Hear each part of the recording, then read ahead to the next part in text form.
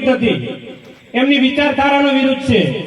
આપણે 5 વર્ષ એમને ચૂંટીને મૂક્યા તો એમને એમની વિચારધારા કોંગ્રેસની છે, આપણી વિચારધારા ભારતીય જનતા પાર્ટીની છે।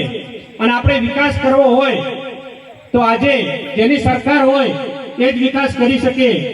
એટલે અમે કોઈ એકબીજાના દુશ્મન નથી। અમે જ્યારે વિધાનસભામાં જઈએ ત્યારે સાહેબને ગેનીબેન જોડે જ બેઠા હોય છે, પણ એમનો વિચારધારાનો અમારા વિચારધારાનો અલગ જ ફરક છે। એટલે કોઈ એવું કહેતા હોય કે એમનો વિરોધ કરે, અમે કોઈ વિરોધ કરતા નથી। અમે સમાજને એટલું જ કહીએ છીએ કે સમાજની પ્રગતિ કરવી હશે તો આપણે ભારતીય જનતા પાર્ટીને વોટ આપવું પડશે। એટલા માટે સમાજને વિનંતી કરીએ છીએ કે આપણો સમાજ ખૂબ પછાત સમાજ છે।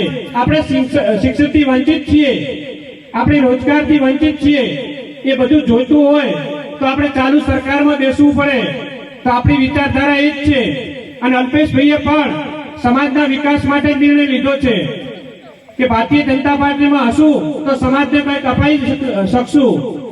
બાકી આપણે વિરુદ્ધમાં જ્યાં તો આપણે સમાજને કંઈ અપાઈ શકીએ નહીં।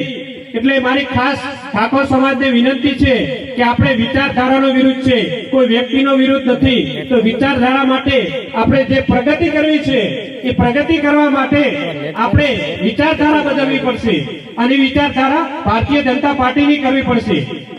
અને મોદી સાહેબ જે વિકાસ તરફ આપણે લઈ જઈ રહ્યા છે એ વિકાસને આપણે આગળ વધારવો પડશે। તો મારી તમામને નમ્ર વિનંતી છે કે તમે આ વખતે આપણો સમાજનો જો વિકાસ કરવો હશે તો આપણે ભારતીય જનતા પાર્ટીને વોટ આપવું પડશે। આપણે કોઈનો વિરોધ નથી, આપણે આપણા વિકાસનો આગળ લઈ જવા માટેનો કાર્ય છે। એટલે તમામને મારી વિનંતી છે કે તમામે તમામ આવનારી 7 તારીખે આપણા કમળના નિશાન ઉપર વોટ અપાવી અને વિજય બનાવશો અને આપણો વિકાસ આગળ વધાવશો। એ જ મારે કહેવું છે। અસ્તુ, ભારત માતા કી જય, જય જય ગરવી ગુજરાત।